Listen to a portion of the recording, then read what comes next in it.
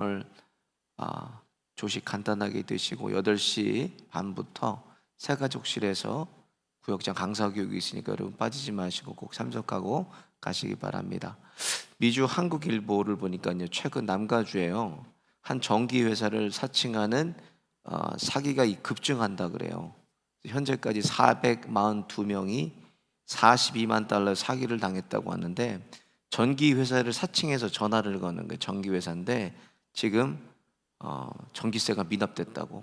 그래서 빨리 납부하지 않으면 전기를 끊어버린다고. 이제 비즈니스 하는 분들은 또 전기 끊고 그러면 또 연결하고 그러면 또 시간도 걸리고 또 여러 가지로 복잡하니까 온라인으로 이 젤이나 비트코인으로 돈을 받았다는 거예요. 총 6천 명이 이런 전화를 받았는데 그 중에 442명만이 당했다 그래요.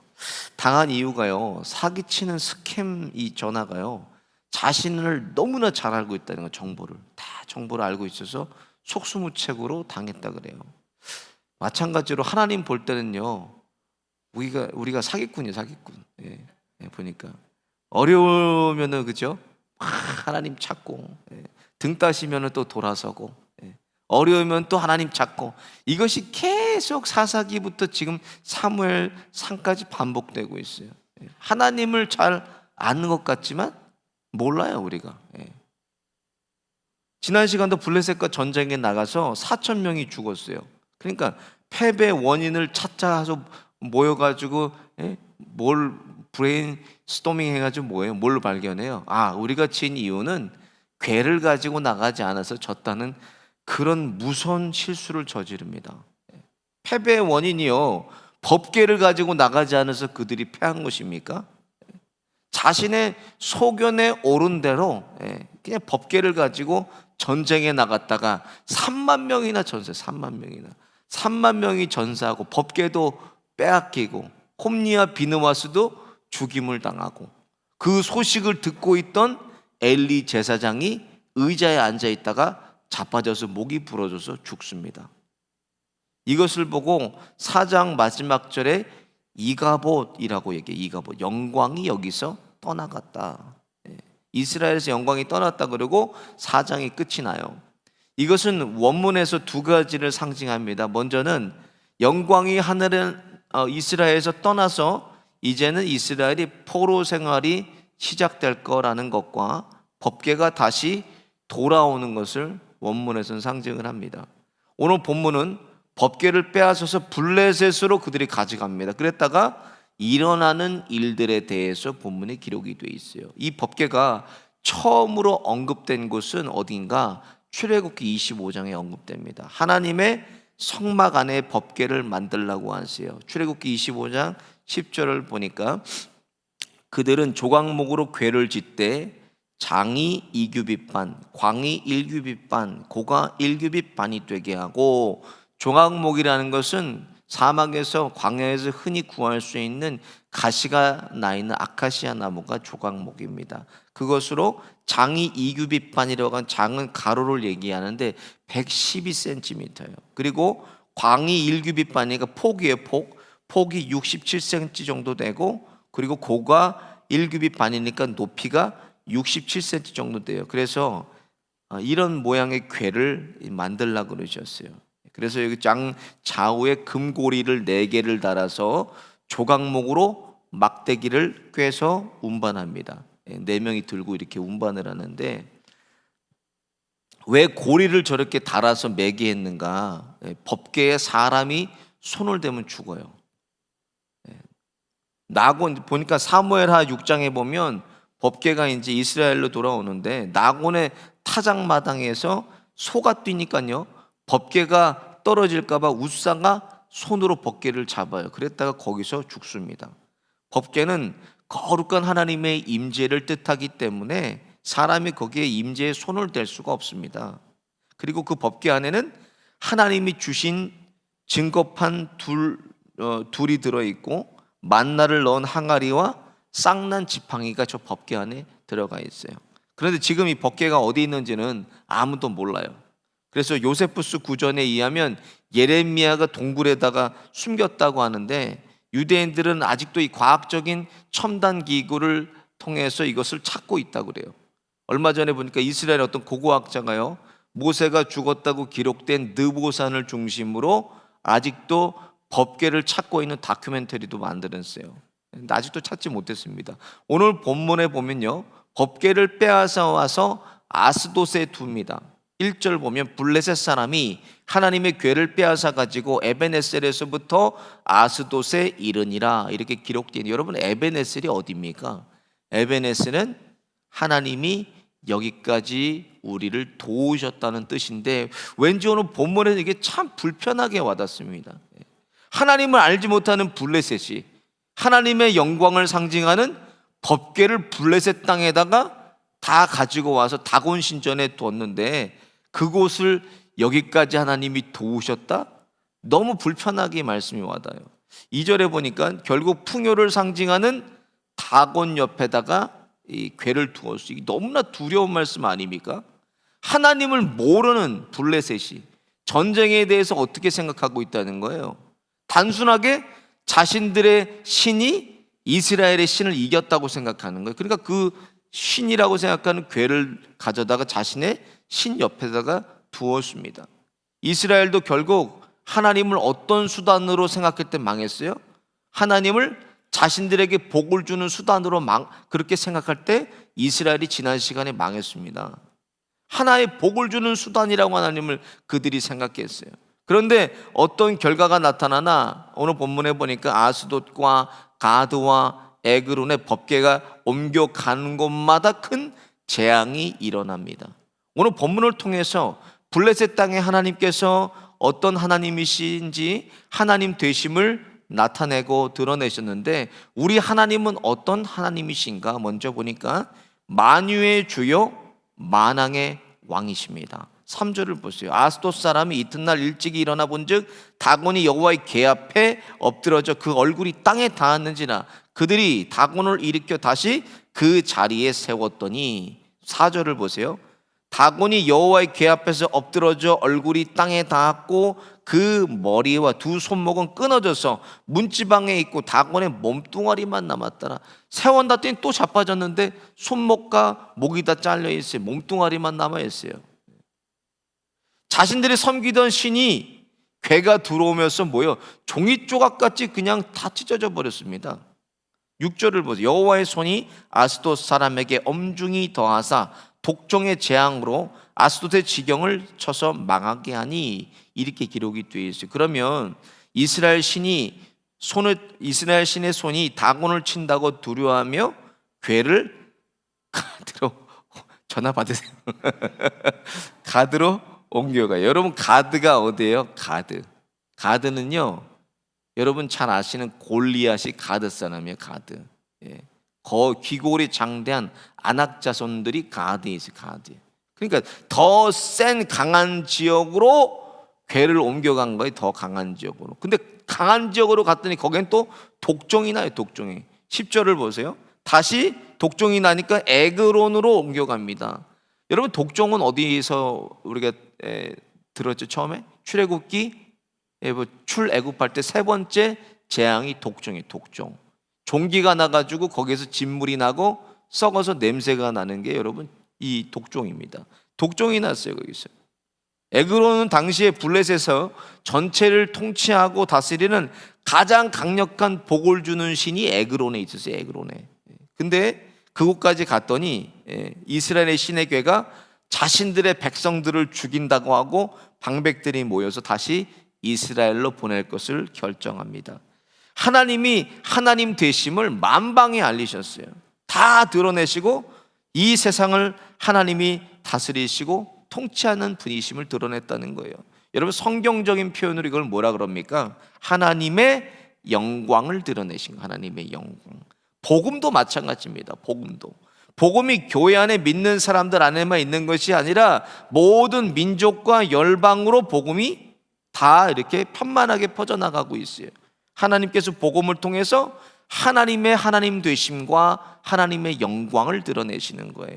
누가 만유의 주시고 누가 만유의 왕이신가?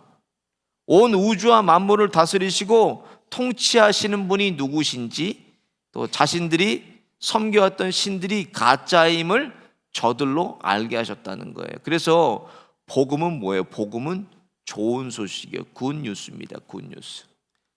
어떤 굿뉴스나 하나님의 아들 예수 그리스도가 이 땅에 오셔서 우리의 죄를 다 대속해 주시고 또 십자가에 죽으시고 부활하심으로 우리의 미래를 보여줘요. 영원한 생명 누릴 것을 예수님의 십자가 복음으로 우리에게 보여주신 거예요.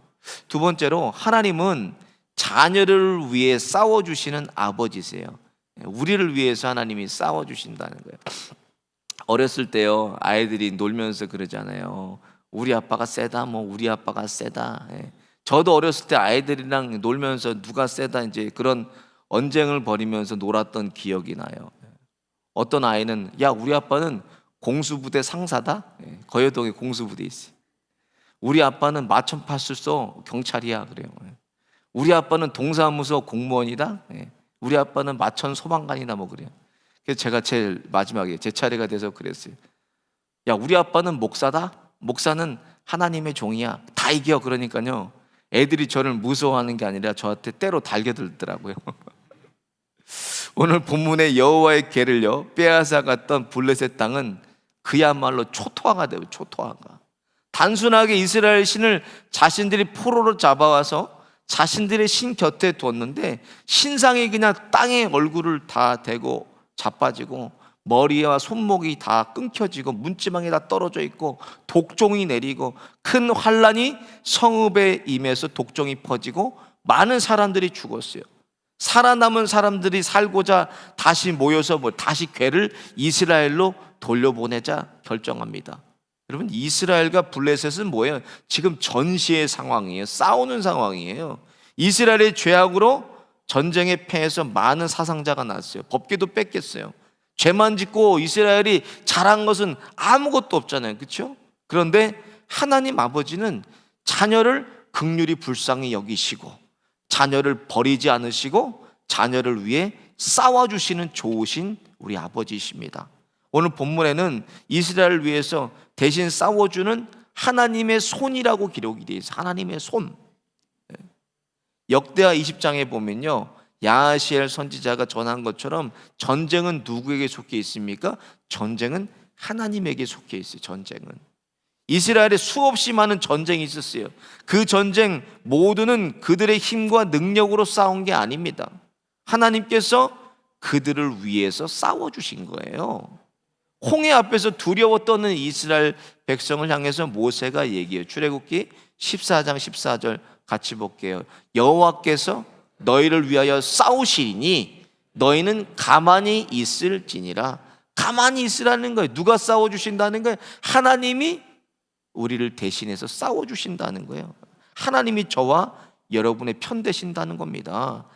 인생의 고난과 상처와 사람의 어려움과 억울함과 분노와 이 모든 것은요 사람에게 반응할 필요가 없어요.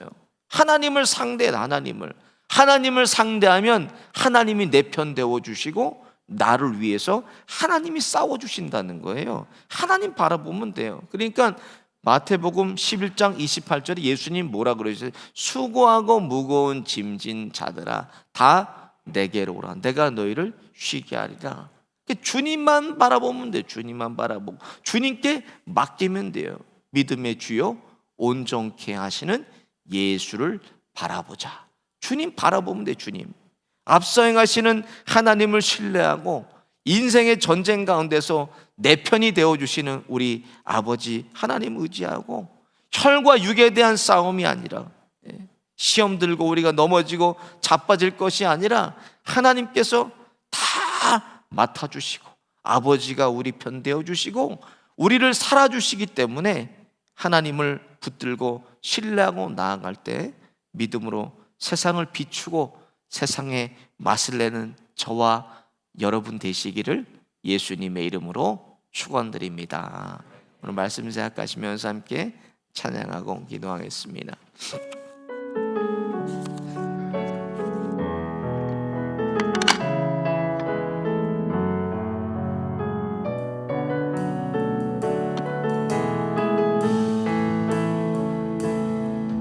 전능하신 나의 주 하나님은 능치 못하실 일 전혀 없네. 우리의 모든 간구도 우리의 모든 생각도 우리의 모든 꿈과 모든 소망도 신실하신 나의 주 하나님은 우리의 괴로움 바꿀 수 있네.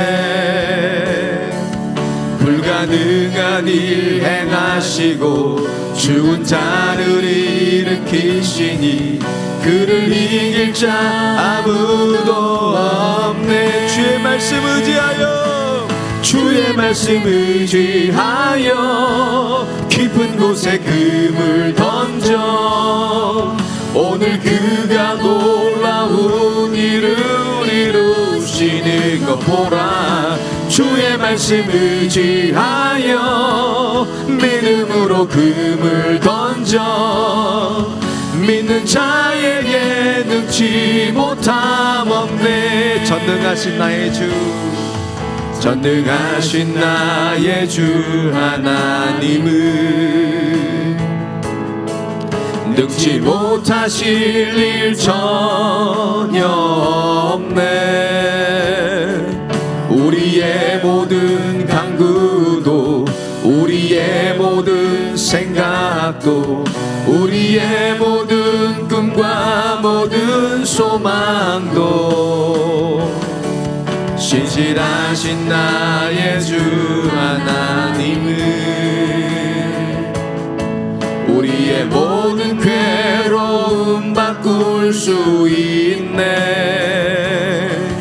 불가능한 일 행하시고 죽은 자를 일으키시니 그를 이길 자 아무도 없네. 주의 말씀 의지하여서 주의 말씀 의지하여 깊은 곳에 금을 던져 오늘 그가 놀라운 일을 이루시는 것 보라. 주의 말씀 의지하여 믿음으로 금을 던져 믿는 자에게 능치 못함 없네. 주의 말씀 의지하여서 주의 말씀 의지하여 깊은 곳에 금을 던져 오늘 그가 놀라운 일을 이루시는 것 보라. 주의 말씀 의지하여 믿음으로 금을 던져 믿는 자에게 능치 못함 없네. 주님의 높고 위대하심을 내 영혼이 찬양하네. 주님의 높고 위대하심을 내 영혼이 찬양하네.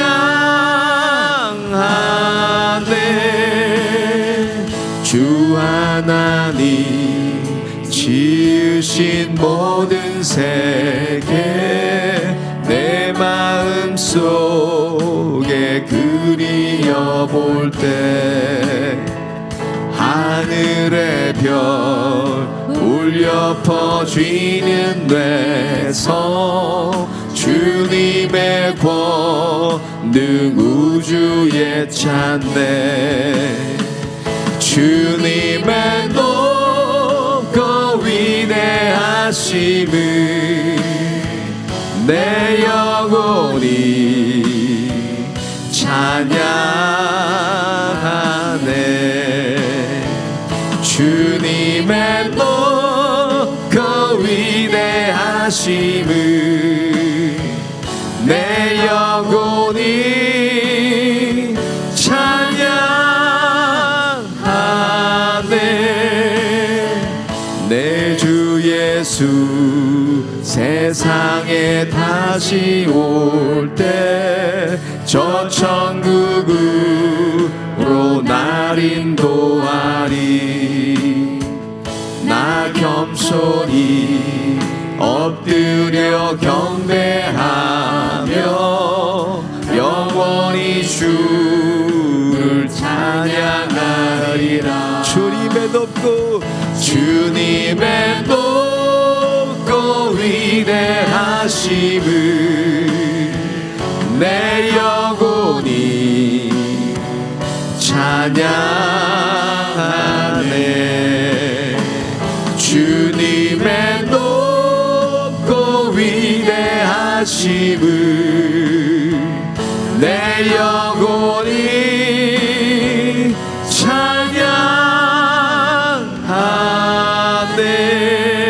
찬양하네. 말씀 생각하시면서 함께 기도하겠습니다.